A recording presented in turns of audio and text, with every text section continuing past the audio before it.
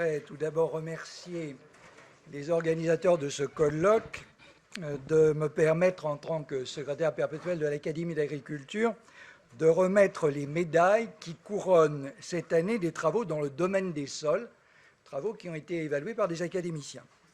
Avant d'y procéder, je rappelle en quelques mots ce qu'est l'Académie d'agriculture. C'est une société savante qui a été créée sous Louis XV, donc il y a déjà fort longtemps. C'est aujourd'hui un établissement reconnu d'utilité publique qui est placé sous la protection du président de la République. Elle est organisée en sections thématiques et en groupes de travail. Et il y a notamment un groupe de travail sur les sols qu'anime Christian Valentin et qu'il a évoqué tout à l'heure, qui a fait un remarquable travail cette année. Alors, le champ d'action de l'Académie tourne autour de l'agriculture, de l'alimentation et de l'environnement. Et nous conduisons dans ces domaines des réflexions de nature scientifique, technique, juridique, économique, sociale et culturelle, afin d'éclairer la société et les décideurs à préparer ou accompagner leurs évolutions. L'Académie étudie bien sûr différents aspects, notamment autour des productions de l'agriculture et de l'élevage, de la forêt, de la pêche, de l'aquaculture, ainsi que de leur valorisation. Elle étudie également l'utilisation et la gestion des ressources naturelles en relation avec l'aménagement de l'espace rural et de la forêt. Elle étudie ensuite les évolutions sociales, économiques et culturelles du milieu rural et les rapports entre les mondes ruraux et urbains. Alors, l'Académie a des séances publiques chaque semaine. Elle publie des rapports, des avis, tous consultables sur notre site Internet, et elle contribue à des débats de société concernant les sciences et les technologies. Elle s'emploie à établir des passerelles entre les scientifiques, les acteurs opérationnels, les décideurs et les citoyens. Compte tenu de l'importance des sols en agriculture, l'Académie a inscrit cette problématique dans son programme de travail 2015 et a organisé ou soutenu plusieurs actions sur ce thème. Un premier colloque s'est ainsi déroulé au ministère de l'Agriculture le 24 mai dernier, portant sur les propriétés physico-chimiques des sols en lien avec la culture des plantes. Un second colloque tenu à l'Académie le 5 novembre dernier a porté sur la biologie des sols et l'agroécologie. Enfin, le 8 décembre, nous organisons un colloque intitulé « Empreintes des climats et des hommes dans les sols et paléosols » et le 27 janvier prochain, une séance controverse sur les sols. Un livre réunissant les communications du colloque du 24 juin et de celui du 5 novembre sera publié par l'Académie. Chaque année, l'Académie attribue des bourses à de jeunes chercheurs et des prix récompensant des scientifiques, des chercheurs ou des praticiens pour des travaux originaux ou novateurs dans les domaines de l'agriculture, de l'alimentation et de l'environnement. Je vais donc maintenant procéder à la remise aux lauréats dont les noms ont été retenus par la commission académique sur proposition des différentes sections, des médailles 2015 au titre des travaux sur les sols. Alors tout d'abord, la médaille d'or de l'Académie d'agriculture. Elle est destinée à reconnaître l'originalité et la qualité de l'ensemble d'une œuvre couronnant une carrière. 2 lauréats ont été retenus au titre de leurs travaux sur les sols. Je les invite à me rejoindre à l'appel de leur nom. Donc, Christine Keane est récompensée par cette médaille d'or pour l'ensemble de sa carrière de recherche et de valorisation dans le domaine de la protection des sols et des risques naturels, par la mise en œuvre de la télédétection, des applications satellitaires et radars en géologie, exploration minière, érosion, risques naturels, prévision et anticipation des crues. Voilà, chère madame, je vous remets avec grand plaisir cette médaille d'or de l'Académie. Et vous pouvez dire peut-être quelques mots.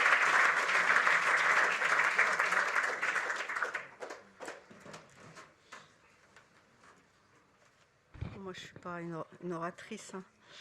Donc, je suis très honorée d'avoir retenu l'attention de votre compagnie sur mon activité de recherche. Je remercie les compagnons qui m'ont poussé à la mettre en valeur, notamment Michel Girard, ici présent, et tous les membres de ma famille qui m'ont donné leur affection et toujours su préserver l'équilibre nécessaire à nos travaux. Mais en cette clôture d'année internationale, je voudrais bien sûr d'abord adresser une mention toute particulière à la mémoire de mon mari, Dominique King, directeur de recherche INRA décédé il y a 4 ans, qui lui-même a énormément œuvré pour l'étude des sols et pour qui l'atteinte d'une dimension européenne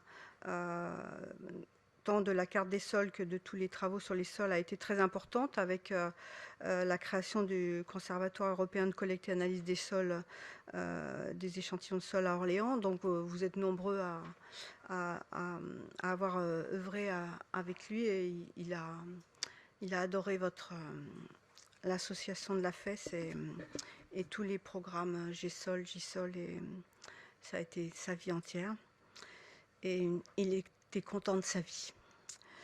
Voilà, mon activité de recherche elle-même, elle s'est déroulée surtout au BRGM, donc c'est pas un établissement qui est très connu de votre compagnie, mais en fait c'est un établissement d'appartenance où j'ai pu avoir beaucoup de liberté pour les activités de recherche que j'ai essentiellement menées sur un mode collaboratif. Et ça m'a permis, bien sûr, de travailler avec presque tous vos organismes finalisés, INRA, IRSTEA, IRD, IFREMER, les académiques, CNRS universitaires, et aussi les équipes de développement sur le territoire national et international. Et d'ailleurs, j'ai beaucoup travaillé dans des projets, plusieurs projets, dont européens, avec Jean-François Ouvry, qui est aussi honoré aujourd'hui ici, et à l'AREAS, en tant que directeur de l'AREAS. Voilà, donc pour ce qui est du contenu de mon activité, c'était une activité, je parle au passé parce que maintenant je ne suis plus trop productrice de connaissances, mais c'était l'observation et la surveillance des sols. Elle a d'abord été radiométrique et satellitaire, et bien sûr avec l'appui du CNES, j'ai énormément travaillé, comme beaucoup de tous nos organismes, dans la dynamique de l'observation spatiale. Et ça s'était élargi rapidement à la géophysique aéroportée, in situ, et ça s'est appliqué non seulement à la production des ressources en sol, mais aussi à de nombreux risques naturels, puisqu'au BRGM, on s'intéresse beaucoup à ces aspects-là: subsidence, mouvement de terrain, crue éclair, submersion marine, etc.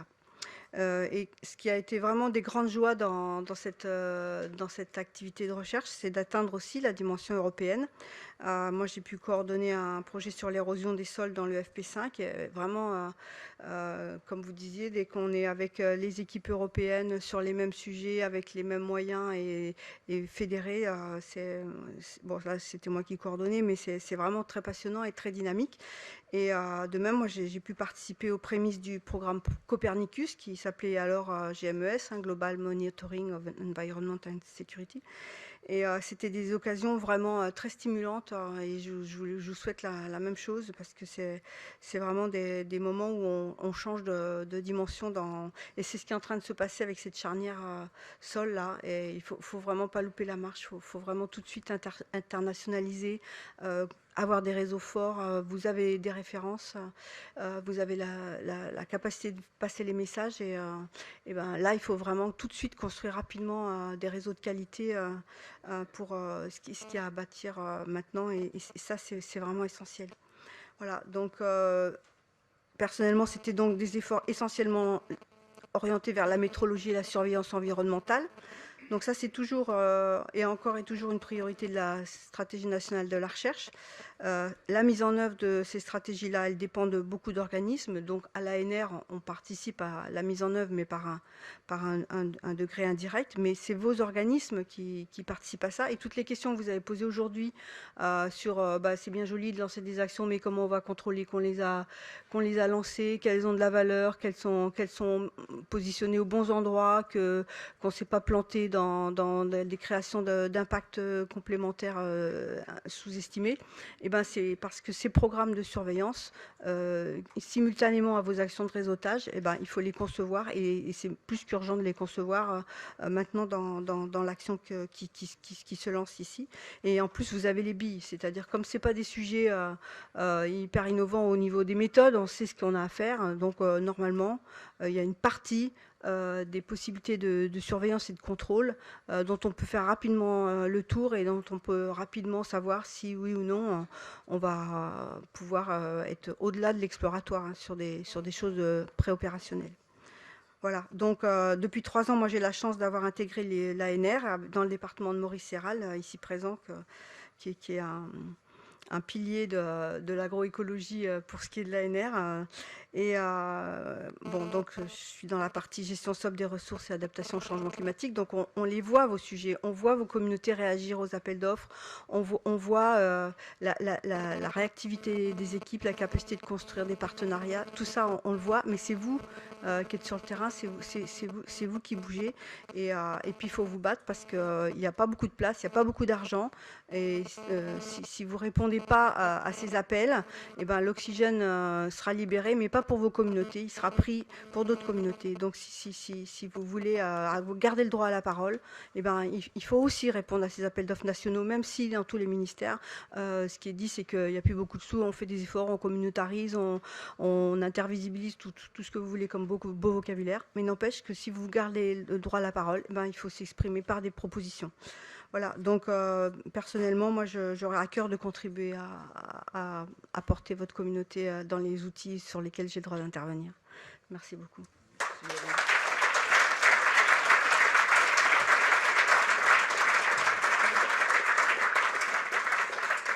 J'appelle maintenant Monsieur François Colmet-Dage, qui a été récompensé par l'Académie d'agriculture par une médaille d'or pour ses travaux remarquables d'agropédologie qu'il a réalisés au cours d'une longue carrière aux Antilles et dans l'ensemble de l'Amérique latine. Monsieur Colmet-Dage, vous avez peut-être quelques mots à nous dire. Peut-être plus bref que Madame King, qui a quand même été très longue. Alors je vais vous remettre quand même la médaille. Mais elle a été très très bien. Elle a été très très bien. Mais il ne faut pas que tout le monde parle aussi longtemps qu'elle. Voilà, monsieur Colmet-Dage. On va la poser là. Ouais. Eh bien voilà. Alors, après quelques études en Irak pour l'irrigation et en Côte d'Ivoire pour le caféier, les organismes sucriers et bananiers des Antilles m'ont demandé de venir étudier leur sol et de les cartographier et de participer aux essais culturaux en prenant tout en leur charge, sauf mon traitement IRD. Par la suite, à la suite de mes travaux à la Martinique et à la Guadeloupe, j'ai été invité à travailler, à étudier les sols, surtout en vue de leur utilisation, dans 11 pays d'Amérique latine qui assuraient tout le fonctionnement, et même certains le financement des travaux que nous réalisions pour eux en Martinique. Voilà. Dans plusieurs pays, j'ai retrouvé les sols d'origine volcanique que j'avais déjà étudiés aux Antilles, ce qui m'a permis d'élargir, d'approfondir mes connaissances sur ces sols, d'être invité au Chili, en Argentine, au Pérou et même dans l'Antarctique pour les étudier et de présenter des communications dans 16 colloques de la Nouvelle-Zélande à la Chine. De très éminents scientifiques sont venus nous voir aux Antilles et en Équateur, Dr Schmidt, Yoshinaga, etc., particulièrement intéressés par les topoclimoséquences de sol, des divers faciès de sol à allophane vers les sols à alloisides dans les régions plus sèches et les argiles à 14 angstroms.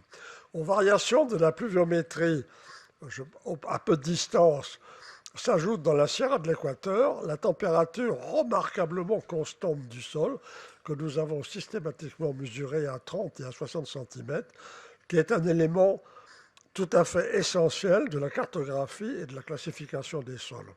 On mesure la température du sol, on ne connaît pas la pluviométrie, mais on la déduit d'un ensemble des propriétés du sol.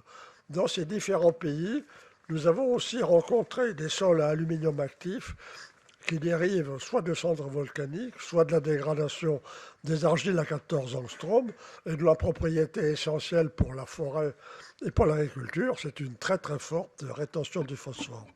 Nos 146 publications sont en majeure partie numérisées et comprennent, outre les textes, 350 cartes de sol et 900 cartes d'aptitude agricole et forestière. Mais je dois préciser que j'ai surtout travaillé en régions montagneuses où existent de vastes zones inutilisables et parfois inaccessibles.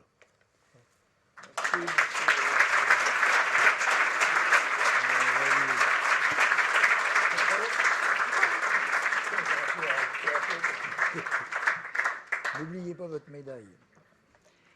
Alors maintenant, je vais procéder à la remise des médailles d'argent.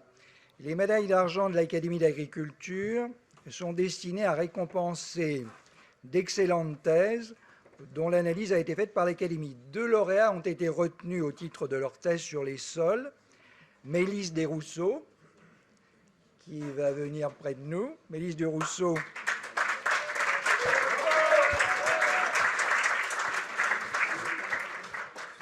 donc a fait des travaux tout à fait remarquables en matière de droit de la qualité des sols, montrant que la qualité environnementale des sols n'est pas intégrée actuellement. Mais également pour ses réflexions sur la propriété du sol en posant la question « Les services écosystémiques peuvent-ils être dissociés du droit de propriété ?» Donc, Mélisse Desrousseaux, j'ai le plaisir de vous remettre la médaille d'argent de l'Académie d'agriculture. Si vous voulez dire quelques mots.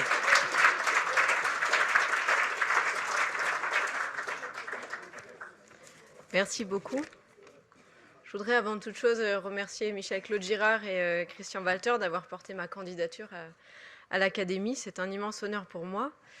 Et bien sûr, je voudrais remercier mon cher directeur de thèse, avant qu'il s'en aille, Philippe Billet, avec qui nous avons travaillé main dans la main, qui, il y a quelques... C'est vrai, c'était une coopération. Il y a quelques années, il est venu me voir en me disant le sol, ça vous intéresse ? Alors j'ai dit oui, mais je crois que je ne savais pas vraiment de quoi je parlais. Et effectivement, le sol, ça m'intéresse, maintenant je peux le dire en toute connaissance de cause. Parce que étudier le droit des sols, eh bien, c'est étudier l'histoire de France, l'histoire de la société européenne. C'est étudier aussi l'histoire des territoires, des terroirs et de la structure politique et administrative de notre pays. On comprend dès lors pourquoi les résistances sont si fortes lorsqu'on veut faire évoluer le droit des sols.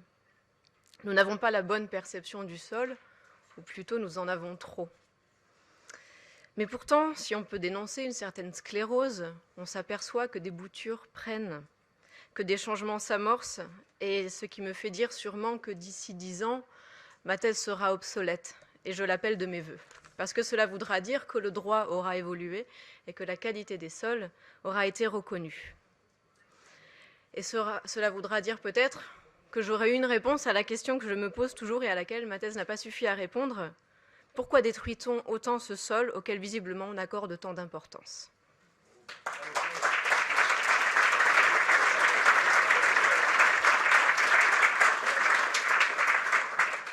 Alors, l'Académie a prévu de remettre une seconde médaille d'argent au titre des sols à Eva Rabault pour sa thèse sur le contrôle de la production et l'émission de protoxyde d'azote par la structure et le fonctionnement hydrique des sols. Alors, il se trouve qu'Eva Rabault ne pouvait pas être présente ici aujourd'hui, et je lui ai donc déjà remis cette médaille le 4 novembre dernier, lorsqu'elle est venue à l'Académie d'agriculture présenter sa thèse avec les autres médaillés d'argent. Je vais donc maintenant terminer en procédant à la remise d'une médaille de vermeil. La médaille de vermeil de l'Académie vise notamment à récompenser des collaborateurs techniques qui ont rendu au cours de leur carrière d'éminents services à des équipes de recherche. Un lauréat a été retenu à ce titre en 2015. Il s'agit de Jean-François Ouvry, qui est ici, qui est là.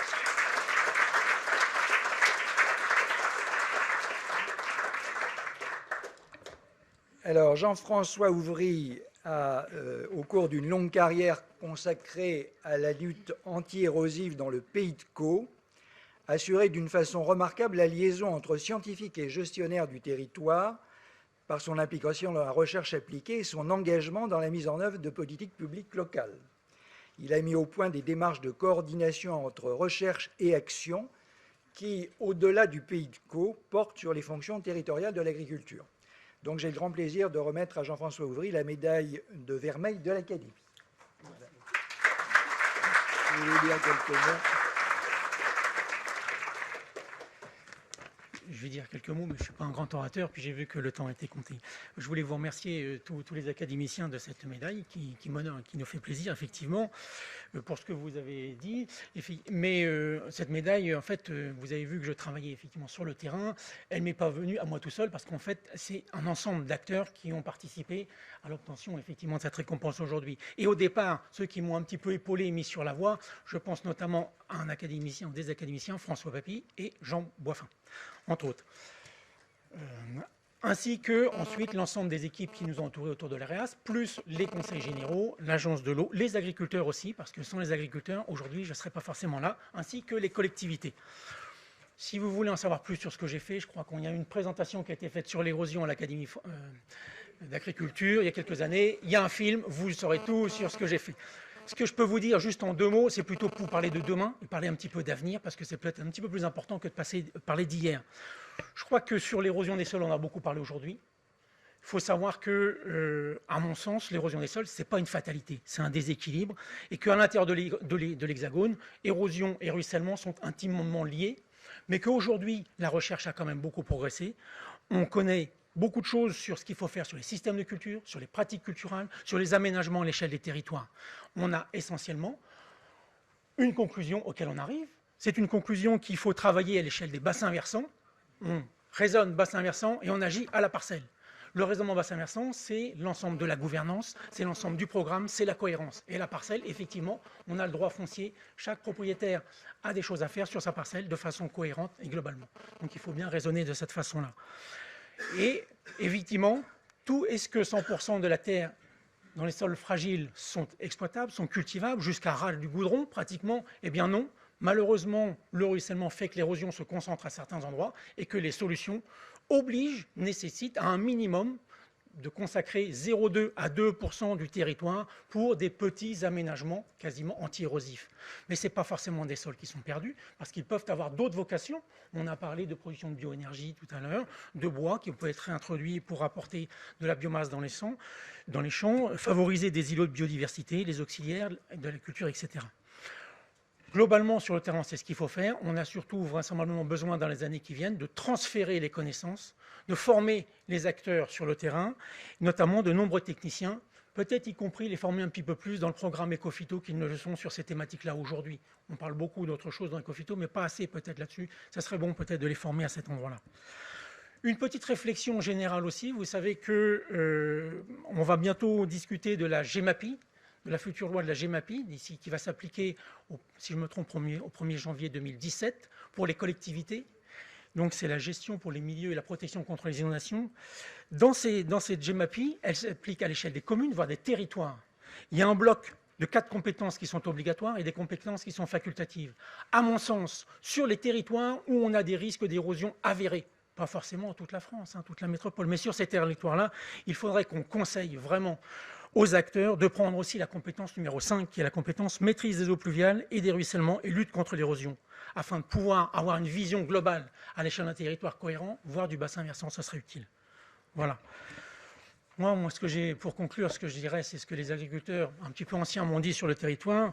Conserver les sols agricoles, c'est simplement une obligation de bon sens.